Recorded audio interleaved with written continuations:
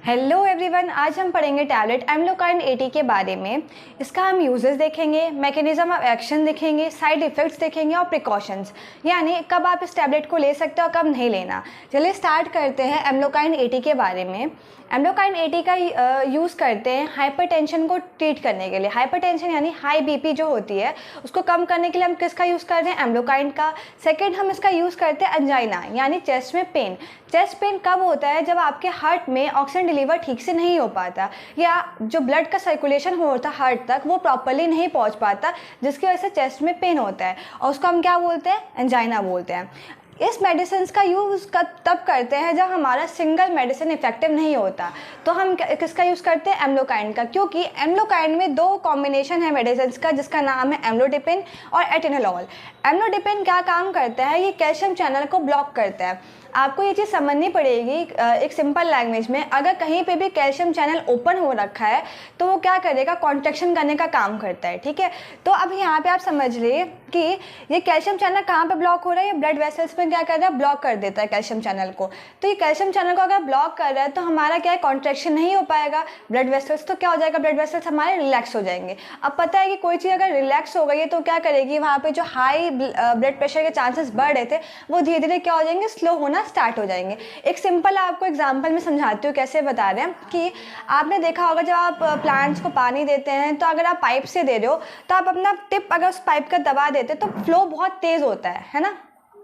Flow बहुत तेज़ होता है पानी का। सेम यहाँ पे अगर आप ब्लड वेसल्स को कॉन्ट्रैक्ट कर देंगे तो फ्लो क्या होगा? ब्लड का बहुत तेज़ होगा, जिसकी वजह से हाई बीपी, एंजाइना या आपको जो हार्ट अटैक के चांसेस बढ़ जाते हैं। तो इसीलिए ये क्या कर रहा है? रिलैक्स कर देता है हमारे ब्लड वेसल्स को, जिसकी वजह से ये एंजाइना ये क्या होता है? धीरे धीरे रिड्यूस होना स्टार्ट हो जाता है। आगे इतना समझ।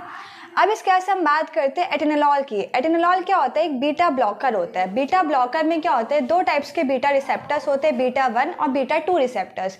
बीटा 1 रिसेप्टर्स क्या काम करता है? ये हार्ट रेट को कम करने का काम करता है। हार्ट रेट यानी जो कॉन्ट्रैक्शन और रिलैक्सेशन हो रहे थे हार्ट में वो कम कर देता है, ठीक है। अब बीटा 2 क्या करता है? ये बीटा 2 कहाँ पे जाके वर्क करता है? किडनी में जाके वर्क करता है। तो किडनी में क्या करता है? जो हमारा वाटर का रिटेंशन हो रहा था किडनी के अंदर उसको क्या करता है? रिड्यूस करता है। तो और ये दोनों आपस में इफेक्टिव काम करते हैं। इसका मतलब ये है ये क्या कर रहे हैं? एफिशिएंट पंपिंग कर रहे हैं हमारे हार्ट को, जिसके वजह से ब्लड सप्लाई हमारे पूरे बॉडी में ठीक से होता है और जो हाई बीपी के चांसेस बढ़ रहे थे या एंजाइना के चांसेस बढ़ रहे थे वो धीरे धीरे कम होना स्टार्ट हो जाते हैं। इसलिए इन दोनों को क्या करते हैं? हम कॉम्बिनेशन में देते हैं। आगे समय के बाद से हम बात करते हैं इसके साइड इफ़ेक्ट्स के, यानी अगर आप इस मेडिसिन को ले रहे हैं तो आपको कौन कौन से साइड इफ़ेक्ट हो सकते हैं। सबसे पहला आपको हेडेक होता है, यानी आपके सर में दर्द होता है, स्लीपीनेस लगना, नींद सी लगती रहती है, एंकल में स्वेलिंग हो जाती है। आपने देखा होगा अभी मैंने बताया ना बीटा ब्लॉकर, यानी बीटा 2 को ये ब्लॉक कर रहा है, किडनी में जाके इफेक्ट कर रहा है, ठीक है। तो किडनी में जाकर अगर ये ज़्यादा हम इसको रेगुलर बेसिस पे यूज़ करते हैं तो ये क्या करता है? एंकल में स्वेलिंग हो जाती है, ठीक है। एंकल स्वेलिंग यानी कि वाटर रिटेंशन, एडिमा भी बोलते हैं हम उसको। तो ये किसकी वजह से होता है? बीटा 2 ब्लॉकर की वजह से होता है। और हार्ट रेट हमारा क्या होता है? कम हो जाता है और कर्स बन जाता है, मुंह क्या हो जाता है? हमारा रेड हो जाता है और उल्टी लगना, ठीक है। ये इसके क्या है? साइड इफ़ेक्ट्स हैं। अब इसके बाद बात करते हैं हम इसके सेफ्टी एडवाइस यानी प्रिकॉशंस कब कब लेने हैं आपको। जब आप अल्कोहल कंजप्शन कर रहे हैं तो ये अनसेफ है, क्योंकि जब आप एम्लोकाइन 80 का यूज़ करेंगे तो अगर आप अल्कोहल के साथ यूज़ करते हैं तो क्या होता है? आपको स्लीपीनेस लगेगा, ठीक है। स्लीपीनेस, डिजीनेस और आपका हार्ट रेट क्या हो जाएगा? बहुत कम हो जाएगा, जिसकी वजह से आपको मना किया जाता है जब आप अल्कोहल कंजप्शन करते हैं तो एम्लोकाइन 80 का यूज़ ना करें।